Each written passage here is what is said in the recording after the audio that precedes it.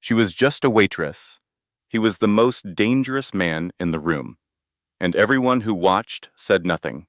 A man with silver hair and a face carved from power walked into that restaurant and chose her a woman, too tired, too broke, and too desperate to run. What happened next wasn't a love story anyone would dare to write. It was a war, a bargain, a cage built from white roses and blood money. And the question no one could answer, was she his salvation or his most precious prisoner? Here on this channel, we tell the stories no one else dares to mafia bosses who still know how to love, families torn apart and rebuilt from nothing, and the kind of devotion that costs everything. Because here's what this story will teach you. The people who love us most are sometimes the ones the world told us to fear. If that hit something in you, hit like, drop a comment telling me, would you have stayed or walked away? Share this with someone who needs to believe in second chances, and subscribe because we're just getting started. The dust on that chandelier was an offense, a flaw in an otherwise controlled environment. From my table, I saw every imperfection: the tired servers, the false smiles, the desperation clinging to them like cheap cologne. My arms felt the memory of hard work, but that was a lifetime ago. Then my eyes found her, a girl wearing her exhaustion like a shroud. Her shoes were a disgrace. Her face was a perfect mask of service, but her spirit was collapsing. I watched her move between tables, an island of genuine struggle in a sea of manufactured wealth, and I felt a sense of order click into place. I would correct this. Table 12. My corner. My fortress. I nodded, watching her gather the water. Her reflection in the glass was a ghost. 26, but the world had aged her into 40. The dark circles under her eyes were not from late nights, but from a life without rest. She was the sum of 3 jobs and a mother's dying cells. I knew every detail. The frosted glass separated my world from hers. I had built these walls to keep the ordinary out. Yet, she had been invited in twice before. Both times, her trembling hands had amused me. Now, she pushed through the door again. This time would be different. This time, she would not be leaving. She did not look at my men. Her focus landed on me. It was a common reaction. I am the center of gravity in any room I occupy. I sat where I could see everything. Every door, every threat, every escape. My age is a number that no longer matters. Power is timeless. She stopped, her breath catching. She saw the man, not the myth. My suit, the watch, the silence of my guards, all were tools. The air itself changed around me: cedar, gunpowder, wealth, and something else she could not name: control. It is the scent of absolute control. I let my men speak first. Their orders were noise, predictable. I watched her. Her voice was steady, a well-rehearsed lie. I appreciated the discipline it took. She was a soldier in a war she was losing. Her eyes finally met mine. She held my gaze. There was no fear. There was no calculation. Only the deep, profound fatigue of a soul worn thin. "What is your name?" It was not a question. It was a demand for the first piece of her. "Lily." I repeated the name in my mind. A delicate thing. "What would you like to drink, Lily?" I let her know that I saw her. Not the waitress. Her. The ankle was a minor detail, a flaw in her performance. I pointed it out to demonstrate my attention to everything, to show her that nothing escapes my notice. Ice moved through her expression. She had tried so hard to hide it. "I am fine, sir." Another lie. "Sit down." The words were quiet, but they carried the weight of my entire world. My men shifted. They knew what that tone meant. She resisted, citing her job, a rule from a world that no longer applied to her. "Sit down." I offered the chair beside me. Not across. Beside me. She would be an accessory, not an opponent. She finally surrendered, Her body obeyed before her mind agreed. The water pitcher trembled in her hand as she set it down. My scar, my hands, my ring. I saw her cataloging the details, trying to understand the danger. I decided to end the suspense. How much do you owe? The question was a scalpel, cutting through the trivialities. She tried to deflect. I did not allow it. Medical bills. I laid out the facts of her life for her. I wanted her to understand that I knew her cage completely. You have the look of someone drowning. How much? $347,000. I said the number for her. The truth has a certain power. Stage 4. I delivered the final blows. The treatment would fail. Her mother would die. The truth was cruel, but necessary. Hope was a luxury she could no longer afford. Stop. Her voice broke. It was the sound I had been waiting for, the sound of surrender. You will spend every cent you have trying to save her. I saw her for what she was, loyal, strong, wasted on a futile effort. Something inside me recognized that strength. It was time for the offer. I would pay the debt. I would provide comfort for her mother. The price was small. Dinner with me, tomorrow, at 7. She laughed, a sharp, broken sound. Insanity. That is what she called it. She tried to frame it in a way her mind could process. A transaction. $300,000 for a dinner date. Yes, I confirmed. The simplicity of it was its elegance. Why? She needed a reason, a story to make it make sense. I gave her a piece of the truth, a piece she could understand. She looked at me without fear. She looked at me and saw a man. That was a novelty I was willing to pay for. It had been a very long time. I stood. The conversation was over. My men rose with me, a silent, coordinated machine. Tomorrow. 7. I added a compliment as a final touch. A piece of silk wrapped around a steel cage. Her panic was palpable, but $347,000 was a powerful sedative. My mother comfortable and pain-free. I could hear the thoughts in her head. Sleep. Real sleep. I did not say yes. Her words were a faint echo behind me. It did not matter. Her consent was irrelevant. I paused at the door and looked back. The light carved my face into something ancient and predatory. You will. I left. The scent of my world remained, along with the card. My name. Salvatore Constantino. The account number was a key to her cage, given by her new keeper. The text message was the final turn of that key. The money was already there. I did not need to see her response. The debt was paid. Her life was now mine. I felt nothing but the calm satisfaction of a successful acquisition. Tomorrow at 7, my new collection would begin. She would be here. The transfer was complete, a simple matter of numbers. A problem solved. Her problem. I straightened my cuff, feeling the familiar weight of my watch against my wrist. Order restored. That is what I do. I bring order. I watched Marco fuss over her, his concern a buzzing insect I could swat away at any moment. She said I did not hurt her. The words were a fragile shield. Of course I did not. Physicality is a crude tool for amateurs. I had merely shown her the cliff's edge. I showed her the long fall she was already in. This was not a rescue. It was an acquisition. She believed I was dragging her into darkness. She did not understand. I was merely showing her the darkness that was already there. She was a woman drowning, and I had just purchased the ocean. That night, sleep was a distant country. I had no interest in visiting. I replayed the moment in my mind. Her eyes. Not with fear, not at first, just a profound weariness that saw past the monster. The money in her account was an anchor, a beautiful, heavy chain. She would check it 17 times before the sun rose. I knew her type, disbelieving of fortune, desperate for it. The funds were not an illusion. $347,000, a minor expense. At 6 in the morning, she made the call. For her mother.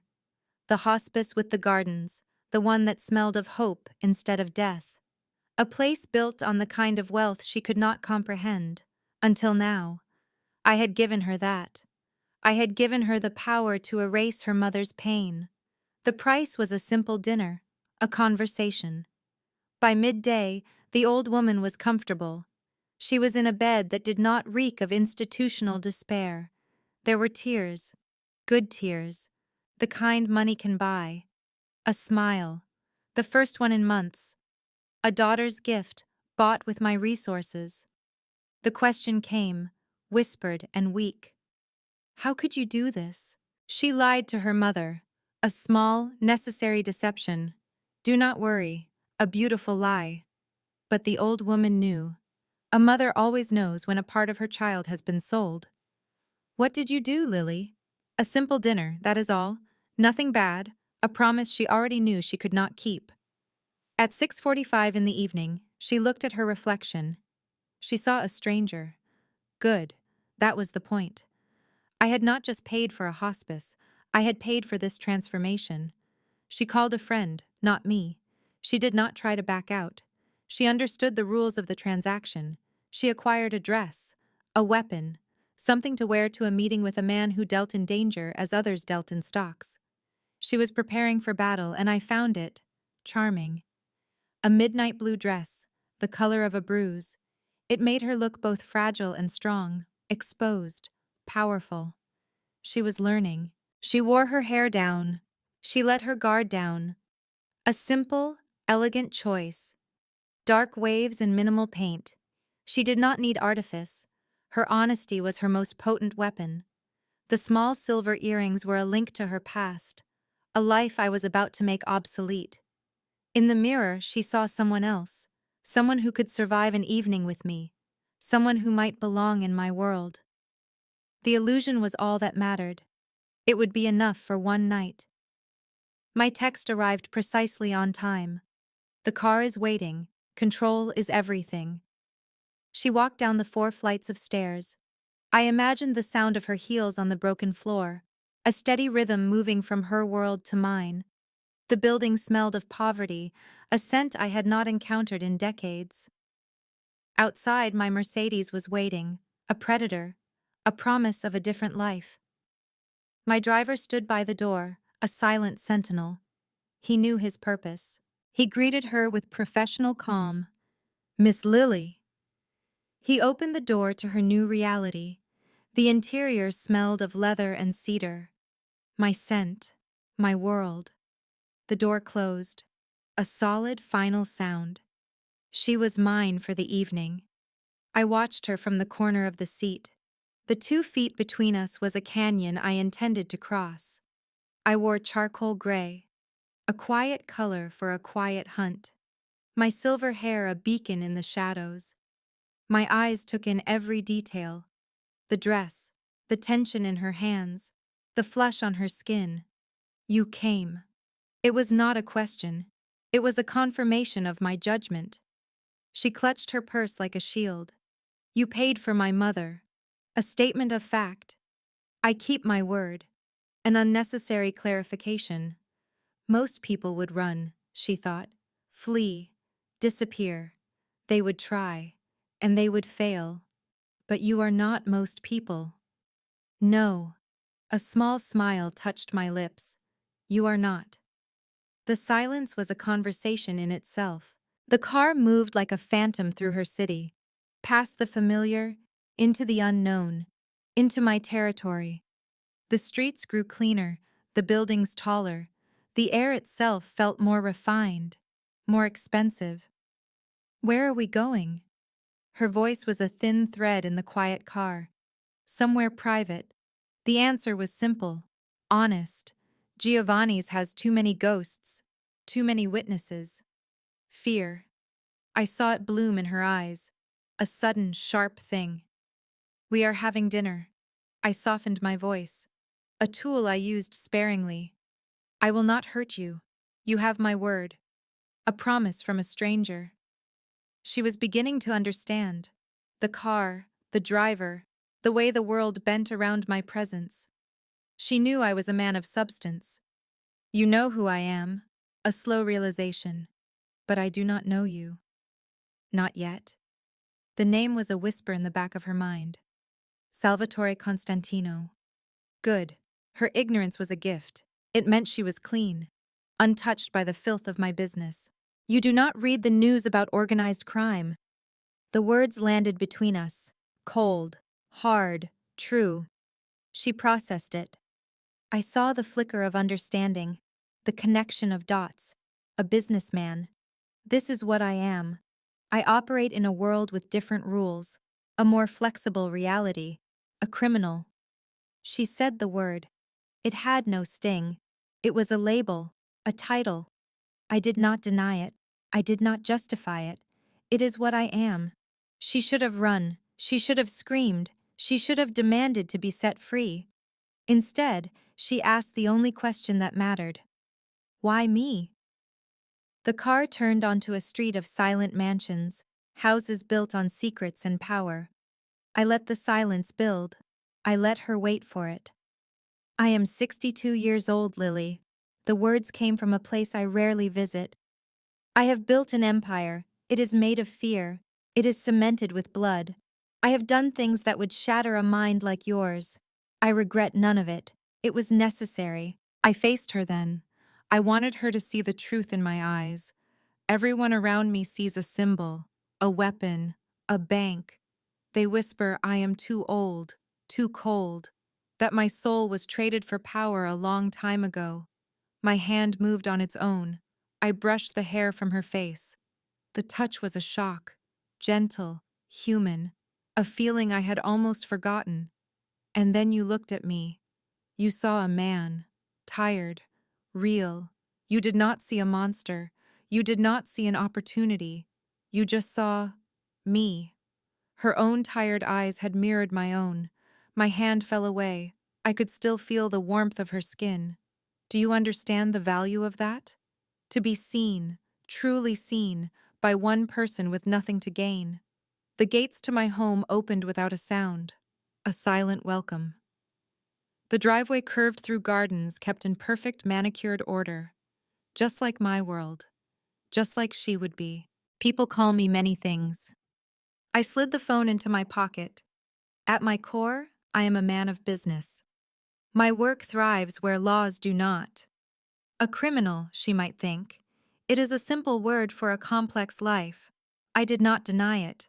I did not need to. At that moment, I should have felt like a monster, a predator. Instead, as I looked at her, I felt a strange sense of order. I was doing what was necessary. She asked me, why me? We drove past mansions hidden behind steel and stone. I took my time to answer. The words came from a place buried long ago. I am 62 years old, Lily.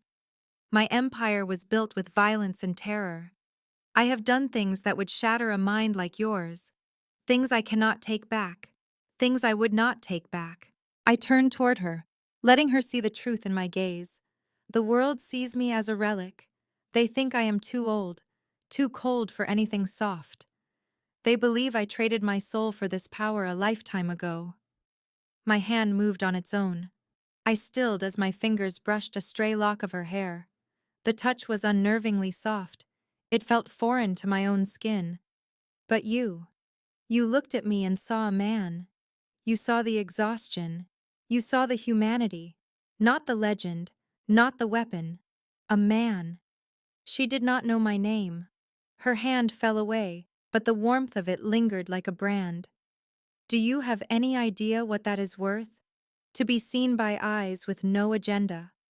The car glided through the gates of my home. It was a fortress designed to keep the world out. It was a masterpiece of stone and glass, glowing against the night. This is your sanctuary. I saw the awe in her eyes. The car stopped. My man opened her door. He has protected me for 20 years. He saw her as a risk, then immediately understood she was a treasure. I stepped out first. I offered her my hand. The pause before she took it felt like an eternity. Her palm was warm in mine. It was a fragile weight I could have easily crushed. I did not want to. That feeling should have been a warning. Instead, it felt like a homecoming. Inside, the house was a cathedral of my power. Marble floors gleamed under crystal light. Priceless art hung on the walls. It meant nothing. A grand staircase spiraled upward. A formal dining room waited for guests who would never be friends. I led her past all of it. Down a private hall, past ghosts of my life captured in frames, to a room at the back. Glass walls overlooked my gardens, bathed in soft light. A table was set only for us. Fine linen, shimmering silver, delicate crystal. Candles burned in the center. Their quiet dance was the only movement. "It's beautiful," she said. "Sit." I held her chair. She moved as if in a dream. This castle belongs to a beast, she was thinking. And she was right. Food was served by silent, efficient staff. They were ghosts in my employ, their only purpose to be invisible. I ate with precision. It is a discipline I learned long ago. We spoke of small things that felt immense. She spoke of her mother. I saw the guilt and fear she carried every day, a burden that was crushing her spirit. She was so tired of being strong. I listened to every word. Each one was a piece of her she was giving me. "And you?" she finally asked. "Do you have family?" The question was a physical blow. I had a wife, a very long time ago. What happened? "She is gone." The words were flat, cold, a stone on a grave. 23 years. Cancer took her. All my power, all my money, could do nothing. Her hand covered mine across the table. A simple, thoughtless gesture. "I'm sorry." I stared at our joined hands. I had forgotten the shape of comfort. When I looked up, her eyes held no fear, only compassion. That compassion was a threat.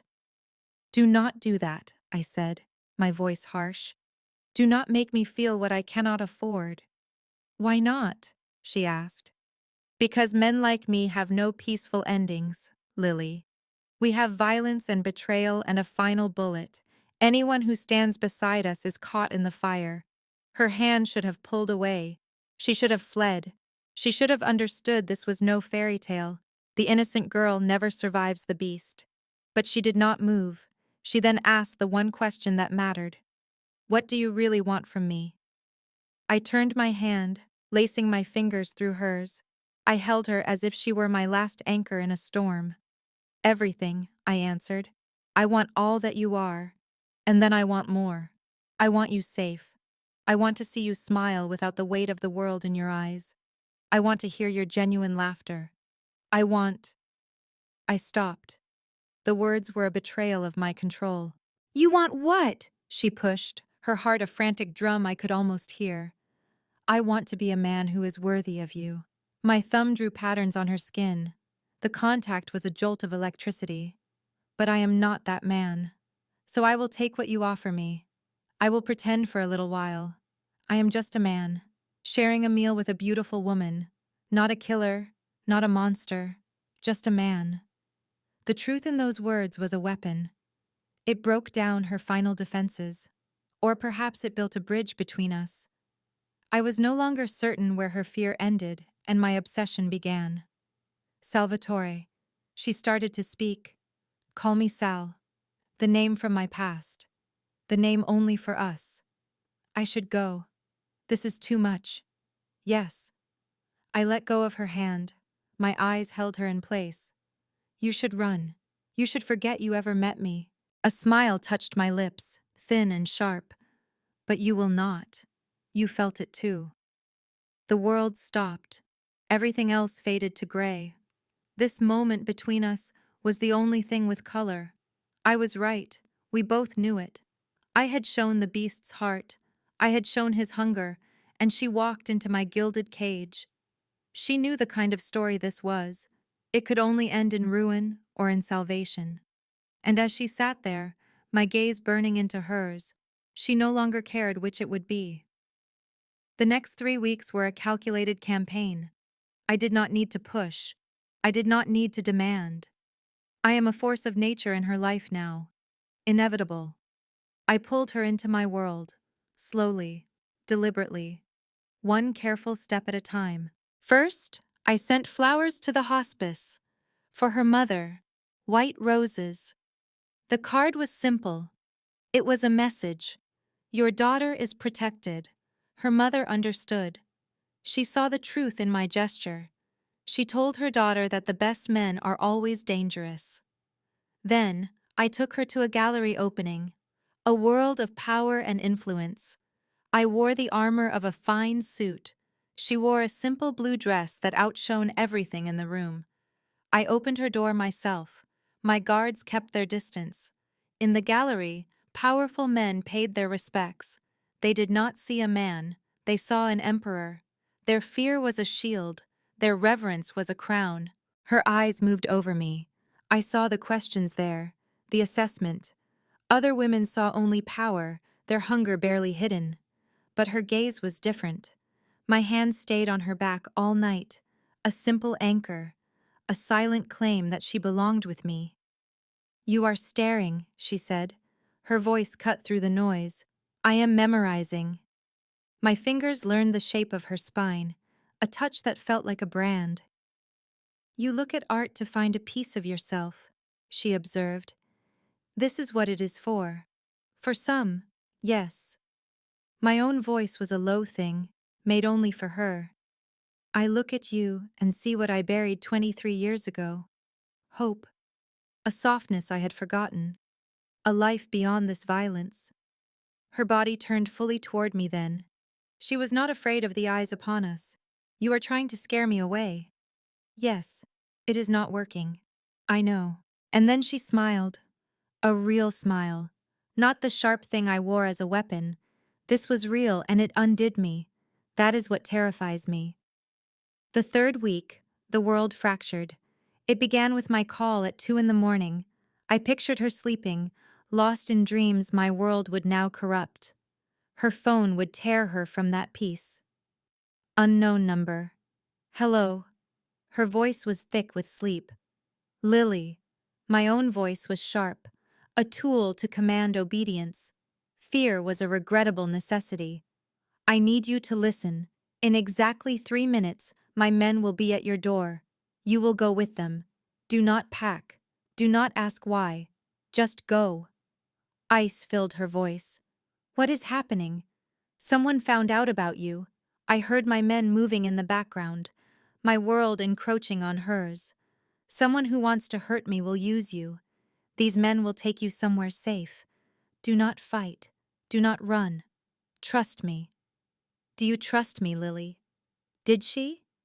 This man of violence, this creature who had entered her life, this beast who saw her not as a convenience, but as a forgotten prayer. Yes. The word was a whisper. It sealed her fate and mine. Good. Go now. I will find you. I cut the line. 3 minutes later, my men arrived. They were my best. One young, scarred, a product of the wars. The other older, a mountain of a man with kind eyes that hid a capacity for terrible things. Miss Lily, the older one would say, we must leave. She would grab her phone, her keys, and follow them in her pajamas, a girl in a college shirt, walking out into my darkness. The building was asleep as they led her down the stairs, out a hidden exit, into a different car, a fortress on wheels. The glass was thick enough to stop a bullet. I had made sure of it. They drove for hours, leaving the city behind, leaving her life behind. No one spoke. The younger man drove with military focus. The older one sat with her, a silent guardian with a weapon under his coat. At dawn, they reached the house. It was hidden, fortified, a modern cage of glass and steel. It overlooked nothing but trees, an army of silent witnesses. Inside, the house was empty, but perfect. Security screens watched every angle. The safe room door could survive a direct hit. You will stay here, my man told her, his voice gentle. We are outside. Press this if you need anything. He gave her the fob. One button would bring my soldiers running. How long? Her voice, small in that huge space. Until Mr. Constantino says it is safe. They left her, a girl in pajamas, standing alone in a room built by my sins. Her phone would buzz. A message from me. I am sorry. I will explain. You are safe. I wanted to tell her more, but the words were a liability. She replied, I am scared. The words were a blade in my gut. I know. So am I. I will not let anyone hurt you. I will burn the world down first. It was not a promise. It was a statement of fact. And I knew, with a certainty that chilled me, that she believed it. For 2 days, she was a ghost in my gilded prison. Beautiful, comfortable, a cage nonetheless. My men were silent sentinels. Food appeared, her favorites. I had made sure of it. Clothes in her size, everything she needed but freedom, everything but the truth. On the third day, I came. She would hear the cars, the crunch of gravel, the sharp voices of my men. She would see me coming, a storm in a suit. My face was a mask hiding 3 days of sleepless rage. The door opened. My eyes found her instantly.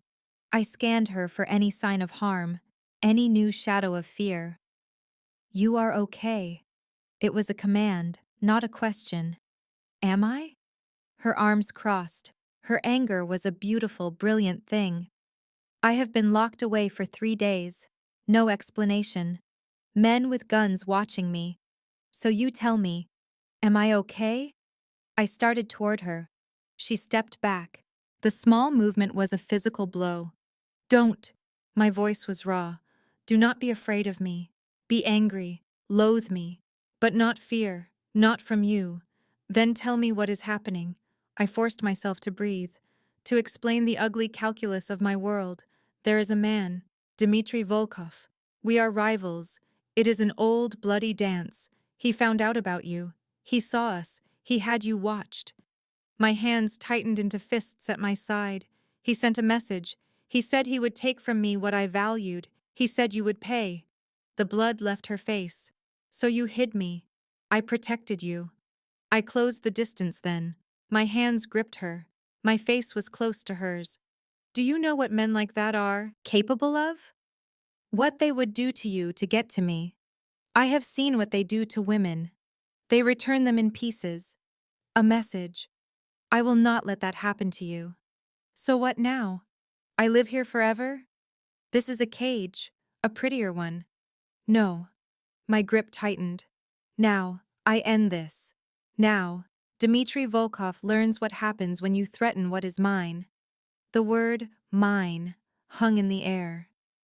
It should have scared her. I saw something else spark in her eyes. I am not yours, she said, but her breath hitched. Aren't you? My hand rose to her face. Tell me you do not think of me. Tell me you do not feel this current between us. Tell me you close your eyes and do not imagine my hands on you. My touch. I knew she could not. She was already mine. She just had not accepted it yet. She was caught in the same current that pulled at me. This is crazy, she whispered. Yes, you are a killer. A criminal. I should run. Yes. My other hand tangled in her hair. I tilted her head back. My eyes held hers. Tell me to stop, Lily. Say you want nothing to do with me and I will leave. I will keep you safe from a distance. You will have everything. I will vanish from your life. Say the word. Her heart was a frantic bird against her ribs. This was her last chance to escape. Her last chance to be saved from me. And if I do not? Her voice was barely a sound. If I do not want you to stop? The noise I made was not human. Then God help us both. I kissed her. It was not gentle. It was a breaking. Weeks of restraint exploding into something raw and desperate. A drowning man finding air. My mouth claimed hers. A conquest. A branding. My hands pulled her tight against me, erasing all space. I had known other kisses. Empty transactions. This was different. This was possession. A hunger that would consume us both. Her tongue met mine, a frantic, desperate clash. Her hands gripped my shirt, pulling me closer still. When we broke for air, our foreheads touched. You should have told me to stop, I said. The words were rough. This will not be easy. My life means danger. It means men with guns and looking over your shoulder. They will use you to hurt me. I know this. And I am selfish enough to keep you. My hands framed her face. I would burn the world to keep her, even if she was the first to burn. I want to lock you away from the world. I want to pretend my obsession is a form of love. And if I am selfish enough to want to be kept? Her eyes met mine. They held the same fire I felt in my own soul. What then? My smile was a promise of beautiful destruction. Then you will have every broken piece of me, and I will consume every part of you, until we are one. Sal. But first, my voice became steel. My entire being focused on a single purpose. I must deal with Dmitri. I must make you safe. Truly safe. Your name must be a prayer on the lips of good men, and a curse on the tongues of my enemies. What will you do? I will do what I should have done years ago. I kissed her. It was a seal, a vow. I will end this war, on my own terms. I will make an example of him, an example that will echo for generations. I would dismantle every criminal network in the city for her. A tremor of fear ran through her. She asked if I would kill him. I said yes. There was no other answer, no room for doubt. It was a simple, cold truth. I would eliminate him and anyone else who saw her as a pawn against me. I would bleed this city dry to ensure her safety. She should have run. She should have screamed and called for the police. Instead, she kissed me. The taste of danger mixed with my devotion. Her whisper was a surrender. Come back to me. I promised her I always would. No matter the price. No matter how many graves I had to fill. I would always return to her. Then I left. My men and my cold rage followed me into the night. She remained in the house with my guards and a new, terrible knowledge. She had chosen the monster. Now she would have to accept the blood on my hands. Blood spilled for her protection. Because she was the one thing a man like me, Salvatore Constantino, could not afford to lose. My weakness, my obsession, my reason to set the world on fire. 72 hours. I was gone for 3 days. 72 hours of methodical destruction. I imagine her pacing the safe house, a beautiful thing in a cage, watching the news. The report said so little but meant everything. A fire at a warehouse was a warning. 3 men pulled from the river were a consequence. A Russian restaurant, shattered and empty, was a final statement. My guards would say nothing to her. But I know what she saw in their eyes. A new kind of respect, a fear of what I become when someone I love is threatened. On the final night, I knew she could not sleep. I pictured her at the great windows, staring into the forest. I hoped she was not imagining me dead in some gutter. I hoped she trusted my promise. I hoped she knew how much I needed to return to her. The sound of my engines would have been a relief. It was 3 in the morning. Several cars, moving with purpose. I saw her hand press against the glass, her heart pounding. The headlights sliced the darkness. The front door opened. My men spoke in clipped, urgent tones. My footsteps were heavy on the stairs. I appeared in the doorway and watched her breathe again. I was alive. I was whole. But I had been to war. My shirt was torn. There was dried blood on the fabric. It was not mine. A bruise marked my cheek. My knuckles were raw. But my eyes found hers. The relief I felt was a mirror of her own. Lily. Her name was a prayer on my lips. She crossed the room and launched herself into my arms. They closed around her, a perfect fit.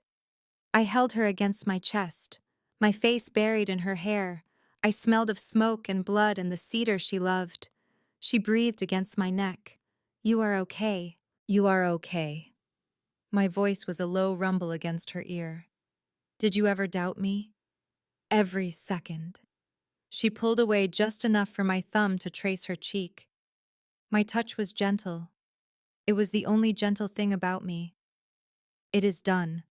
Dmitri is gone. His entire operation is in ruins. Anyone who dared to look at you is now buried or gone forever. How many? The question was a whisper. I did not want her to know the true number. Enough. My jaw was tight. Enough so that no one will ever harm you again. Enough so that your name is now my name. You are untouchable. You are protected. You are mine. The possessiveness was a fire in my own veins. I could see it sparked a fire in hers. What did you do, Salvatore? I kissed her brow, her temples, her cheeks, a soft benediction. I did what I should have done from the very beginning. And what am I to you? I grew very still. My eyes searched her face. My gaze was an anchor. When I spoke, my voice was raw. It held an emotion I had never shown to another soul. Everything. You are my obsession, my salvation, the only good I have ever known in a life of complete darkness. My hands tightened on her face. I love you, Lily. I am too old, too broken, too covered in blood to deserve a single moment with you. But I love you with what little is left of my heart. The confession was a blow, not a surprise. She had seen it in my every action, in every touch. But hearing the words made it real. It made us something that could not be undone. I am terrified of you. She whispered the truth. Good. You should be. But I love you anyway. Her control broke. My control shattered. I kissed her like a man starved. My mouth was desperate. My hands were everywhere. She met my passion with her own, her fingers tangled in my hair. She pulled me closer. She needed to feel that I was real, that I was hers. I lifted her. Our mouths never parted. Her legs wrapped around my waist as I carried her to the bedroom. The door slammed. I laid her on the bed. My body covered hers, a heavy anchor in the storm. Tell me to stop. I breathed against her lips. My hands explored her through her clothes. Tell me this is too much. Do not stop. She pulled me down. Her hands tore at the buttons of my ruined shirt. Do not you dare stop. What followed was a fire, a possession, a claiming of souls. I touched her as if she were made of glass, as if she was mine to protect and to break. I memorized every sound she made, every way I could make her come apart. When I finally made her mine, our bodies moved in a timeless rhythm. I looked into her eyes and saw my own fierce devotion reflected there. This was a beautiful madness, destruction wrapped in fine linens and quiet promises. This was love in its most primal form. Afterwards, we lay in the quiet dark. Her head rested on my chest. My fingers traced patterns on her skin. The sky outside began to lighten. What happens now? Her voice was soft. Now? I kissed her hair. Now I bring you home. Not to your small apartment. It is no longer safe. You will come to my home, our home, and I will spend all my days making sure you are never hurt again. That sounds like a different kind of cage. Perhaps. My arms tightened. But in this cage, you will hold the key. You can leave whenever you want. I will not hold you. You say that now. I mean it. I tilted her chin to look at me. I am many things, Lily. I am a killer. I am a criminal. I am a man who has done terrible things for power. But I will not cage you. You stay because you choose to, or you do not stay. She studied my face, the scar, the new bruise, the silver in my hair. 62 years of violence had carved me into what I am, and I was offering her a choice, even as my soul screamed to lock her away from the world. I choose to stay, she said. Relief washed over me. Why? Because you are the first person who has ever made me feel like I matter. Because when you look at me, you see me. the real me.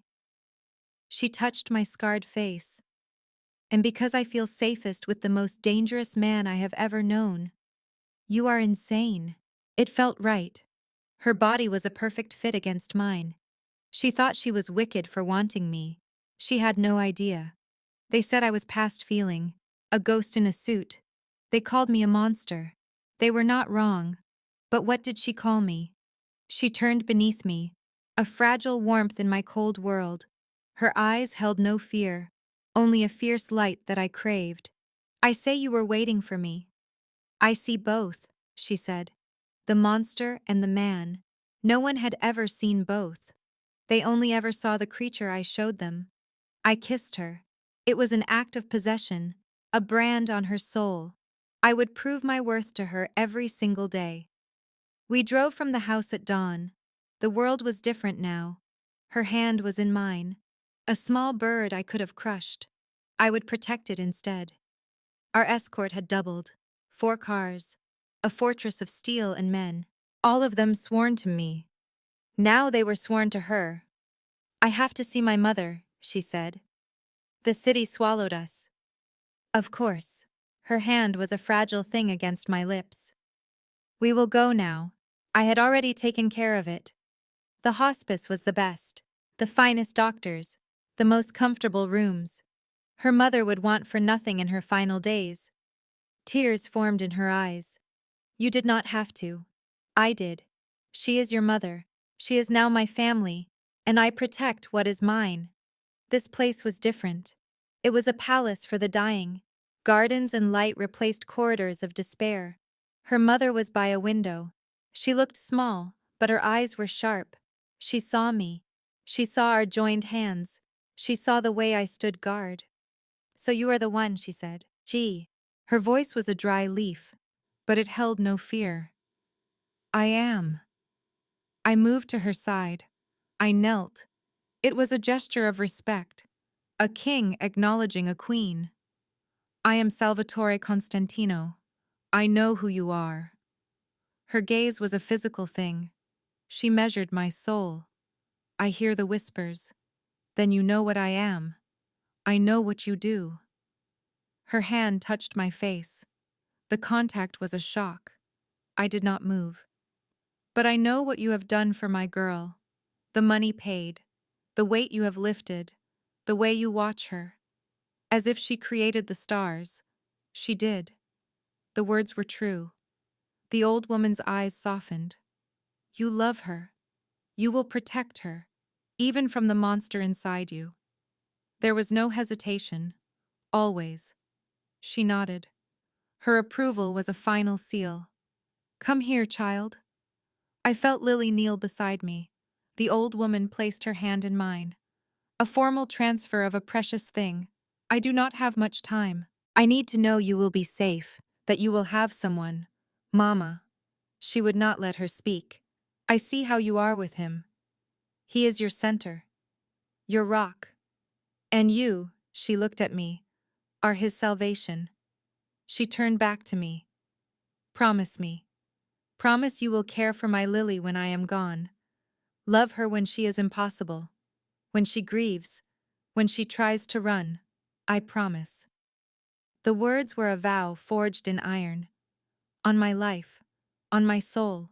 On everything I have built. I promise. Her mother smiled then. A true smile. A release. Now I can go in peace. Lily shattered. She cried against me. I held the pieces of her.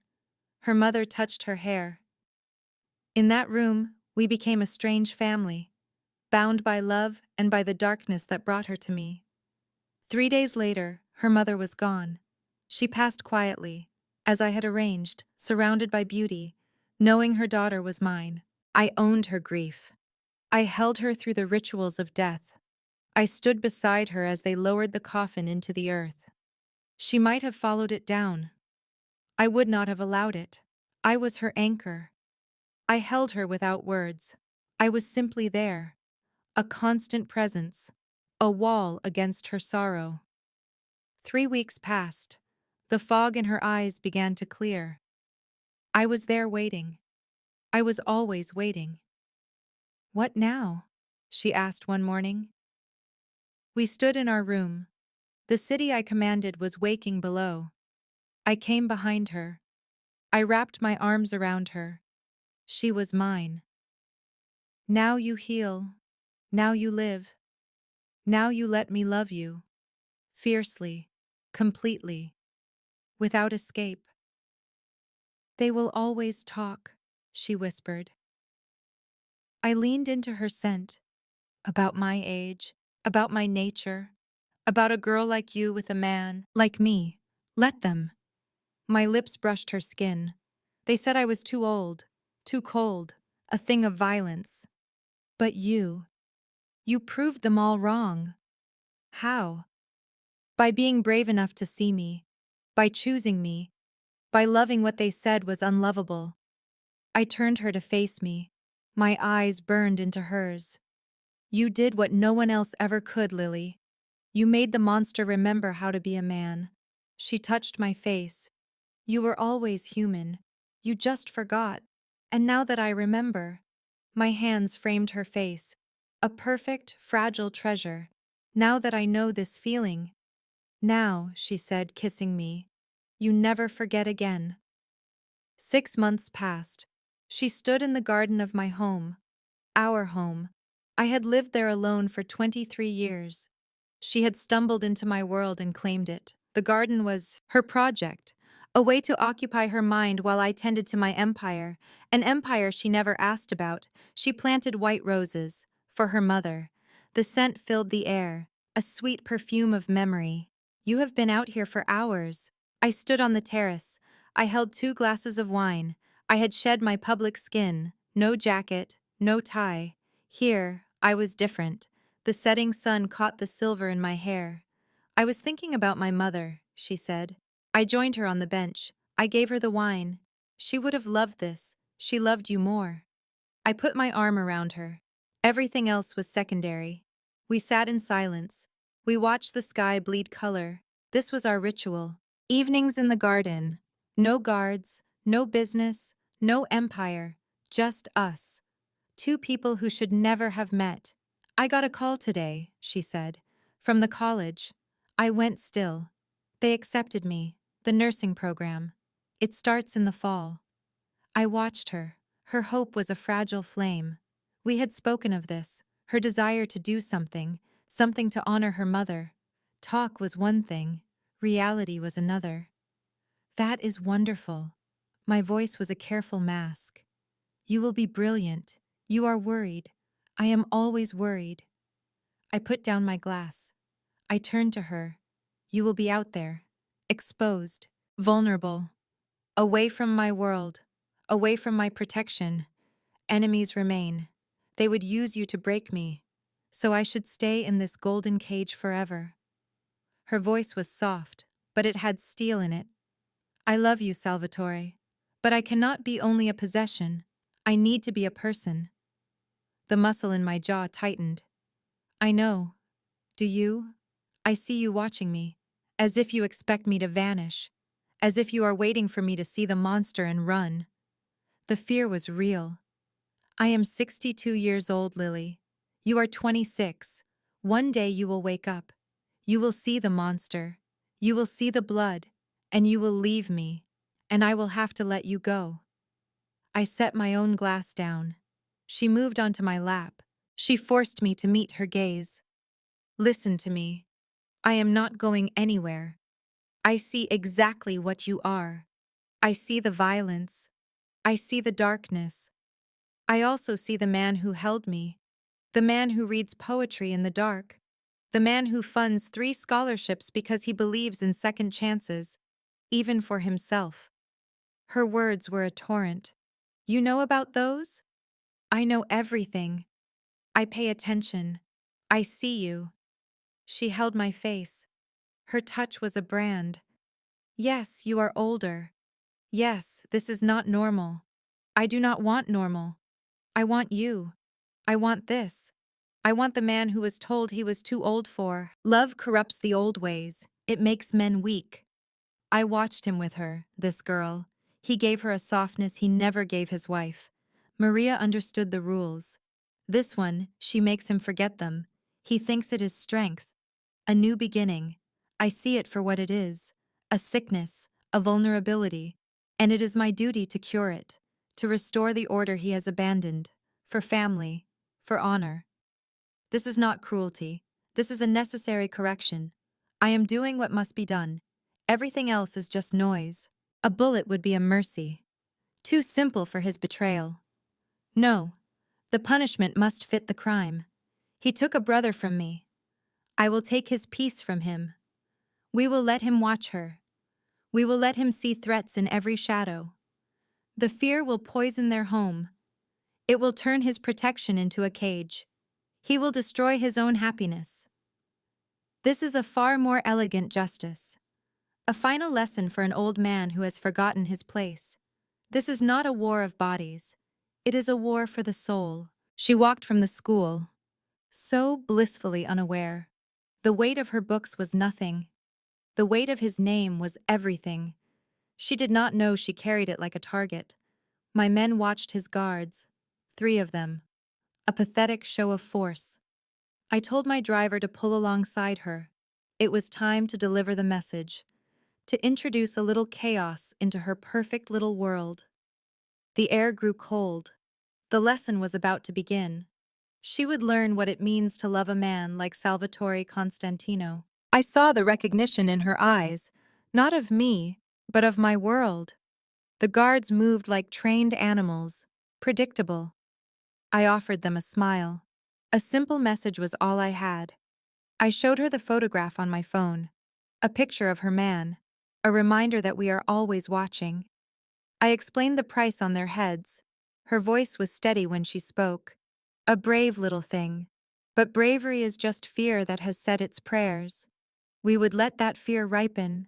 Death is an ending. The waiting, that is the true punishment. The car pulled away. My work was done. I could picture the scene, her frantic call, his roaring arrival, the old lion, his mane bristling. I imagined his hands on her, checking for wounds that were not there. The real wounds were invisible. I had planted them deep inside his mind. He would see assassins in every crowd. He would hear threats in every silence. He would smother her with his fear. She would come to resent the very man who claimed to protect her. My plan was already working. He would tell her to quit, to hide. It is the only way his kind knows. Control disguised as care. He will build her a golden cage and demand she call it a home. She might fight him. She might speak of trust and living her own life. But his fear will be stronger than her resolve. It always is. The target on her back is not from my men. It was painted there by his love. He is the one who puts her in danger every single day. And now, he will be the one to lock her away. Then came the news. Salvatore called a meeting. He gathered his captains. The old dogs were being summoned. He would make a speech. He would pound the table and promise blood. It was expected. A performance for his men. Let him rage. He was playing my game now, but he was using his old rules. He thinks this is about territory or money. He does not understand. I have already bypassed his walls. I have laid siege to the one thing he cannot command. The fear inside his own heart. His words reached me. He declared her his. He claimed we thought him soft. He promised to defend what was his. The fool. He was reacting exactly as I predicted, with brute force, with predictable violence. He laid out a strategy against my businesses, against my men. He was fighting an army. I was fighting a man.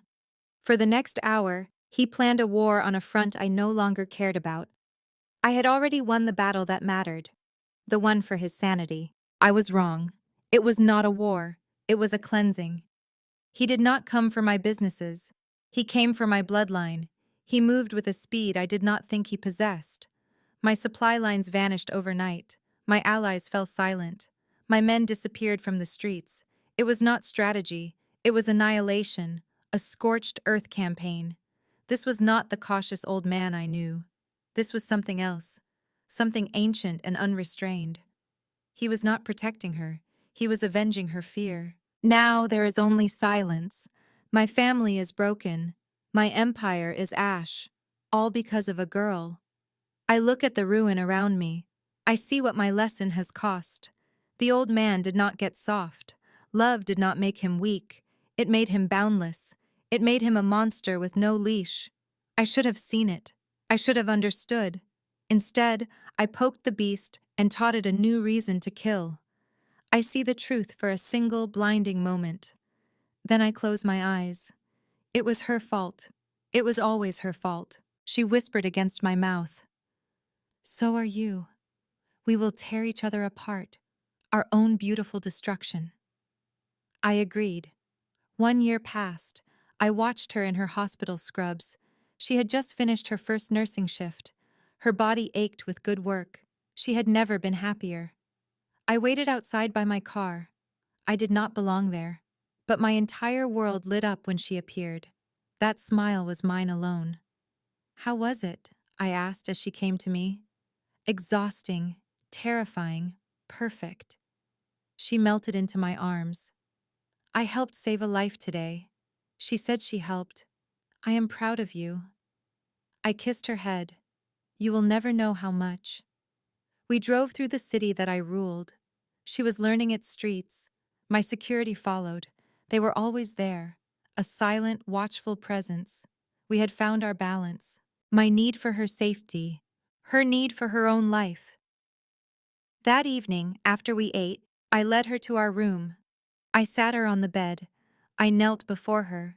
My eyes were serious. What are you doing? Her heart began to race.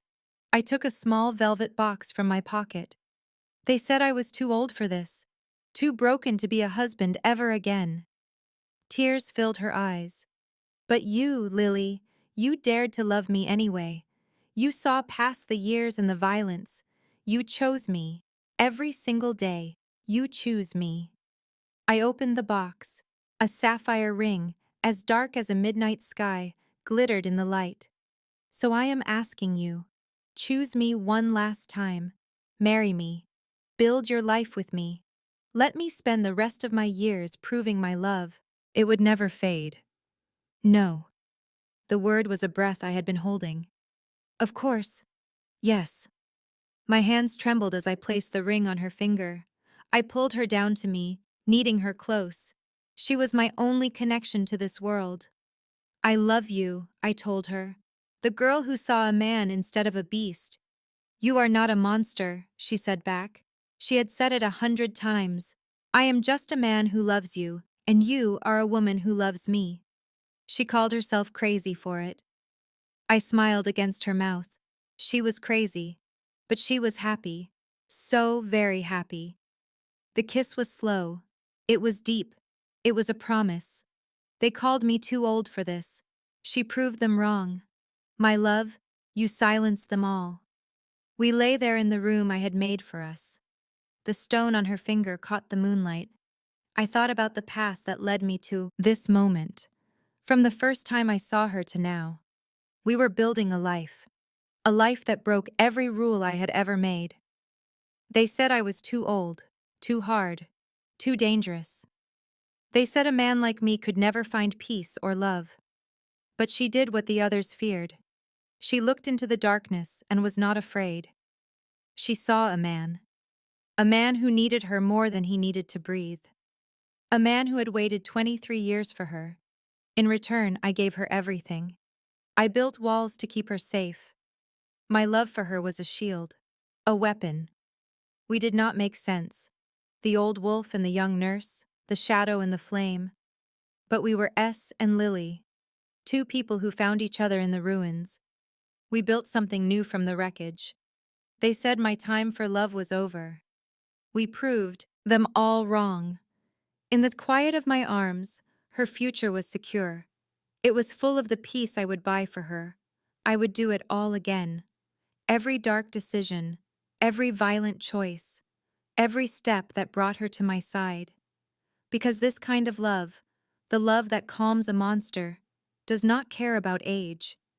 It does not care about what others think is right. It simply is. And my love would be a fire. It would burn away the shadows for the rest of our years together. This content was carefully researched, developed, and manually edited by our team to deliver meaningful stories with valuable life lessons. Every narrative is crafted to entertain, inspire, and empower our audience. We believe that great stories can change lives, and we are committed to bringing you content that matters. This content was carefully researched, developed, and manually edited by our team to deliver meaningful stories with valuable life lessons. Every narrative is crafted to entertain, inspire, and empower our audience. We believe that great stories can change lives, and we are committed to bringing you content that matters. Thank you for being part of our community.